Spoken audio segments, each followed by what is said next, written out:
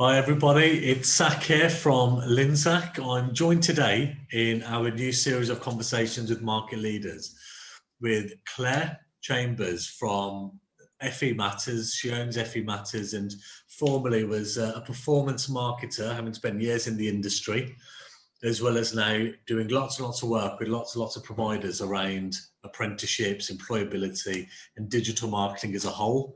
So welcome Clare, how are you?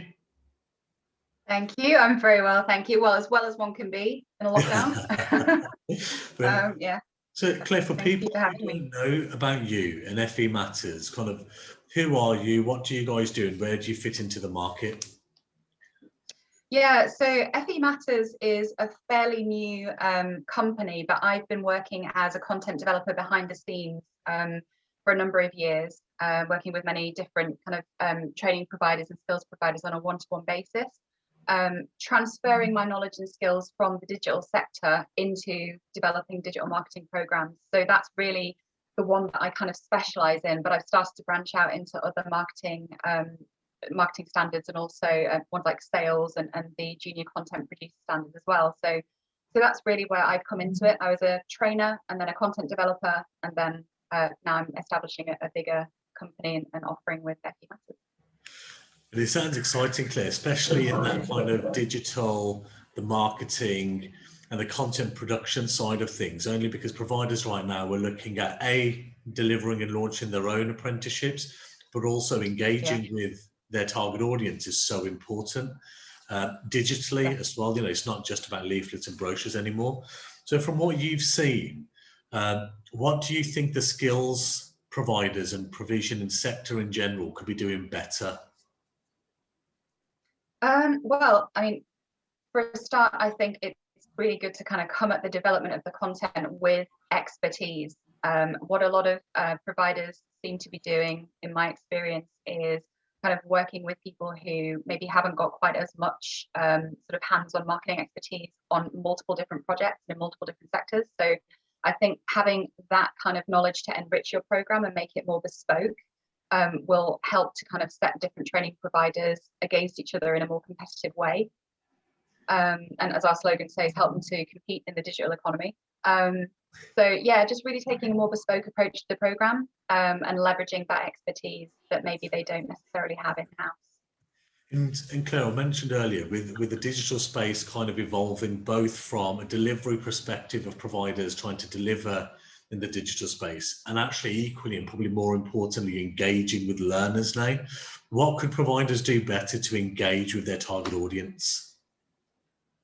I think really understand the learner, really understand the learner's journey, and really look at kind of applying that marketing mindset, not only to developing the course, but also to understanding where the apprentice really engages with the program, where they drop off, you know, kind of the kind of content that they need in their programs to make it sticky and to really kind of engage them throughout the journey. And also understand how to reach and communicate with the audience as well, so to get them on the program in the first place. What I tend to find is a lot of training providers will start recruiting for apprentices once they've started developing the content, but then it's kind of a flurry and kind of a confused process. And I think that, you know, more communication and build up and pre-selling of that program beforehand with a partner such as FE Matters that knows how to do that and speak in the audience's language would be a lot more efficient way of approaching it.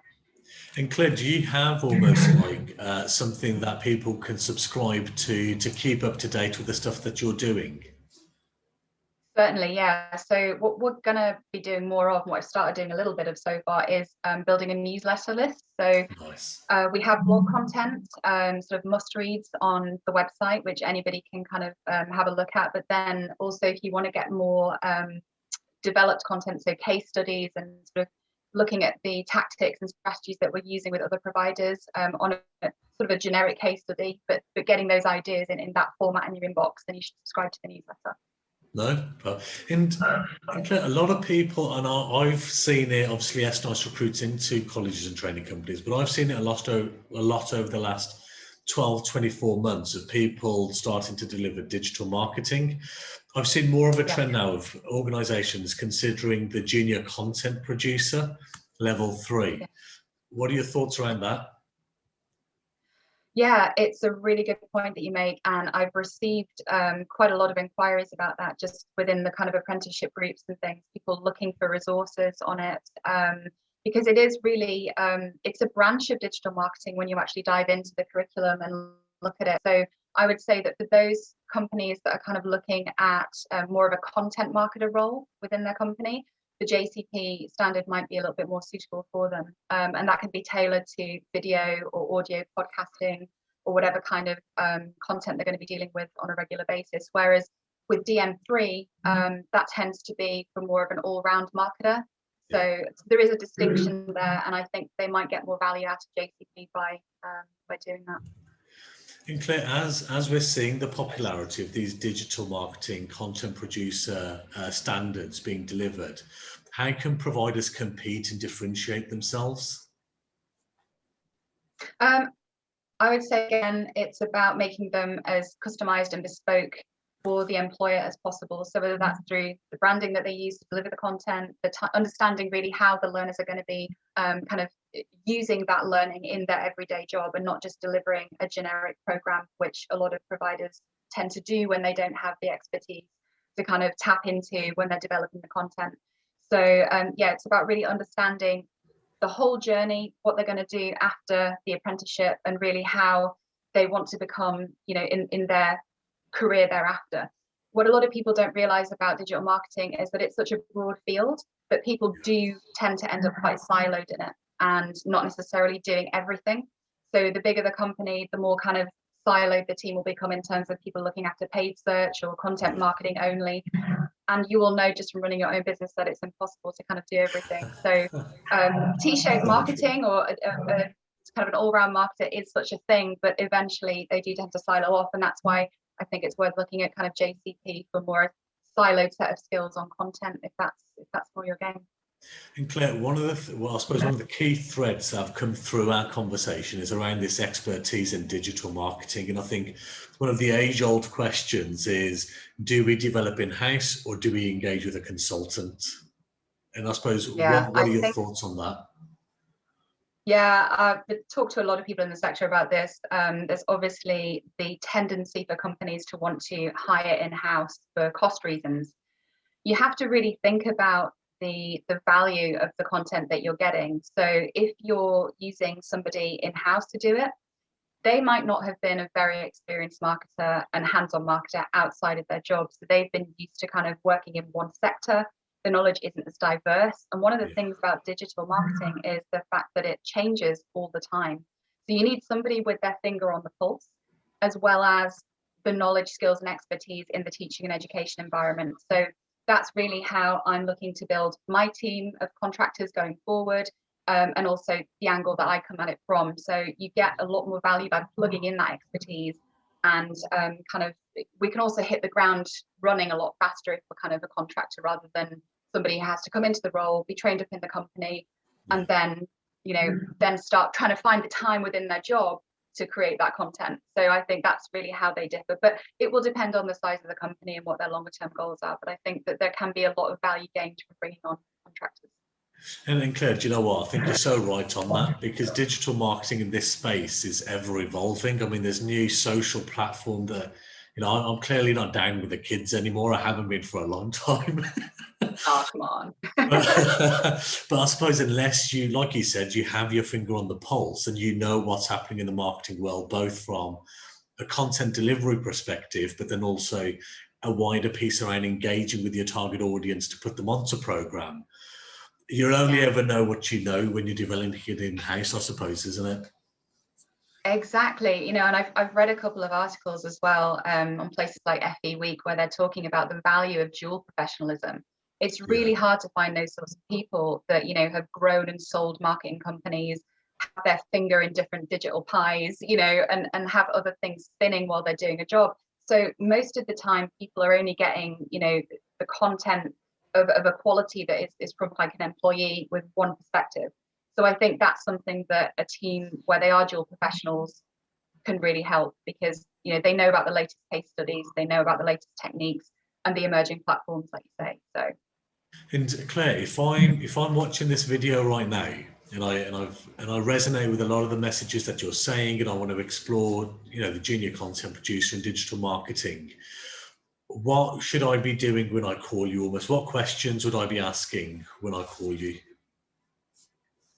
So you really need to look at what role you want your apprentices to really play in your team longer term. I think that's the key, because that's going to determine how we shape the program and how, what sort of content is relevant to that person.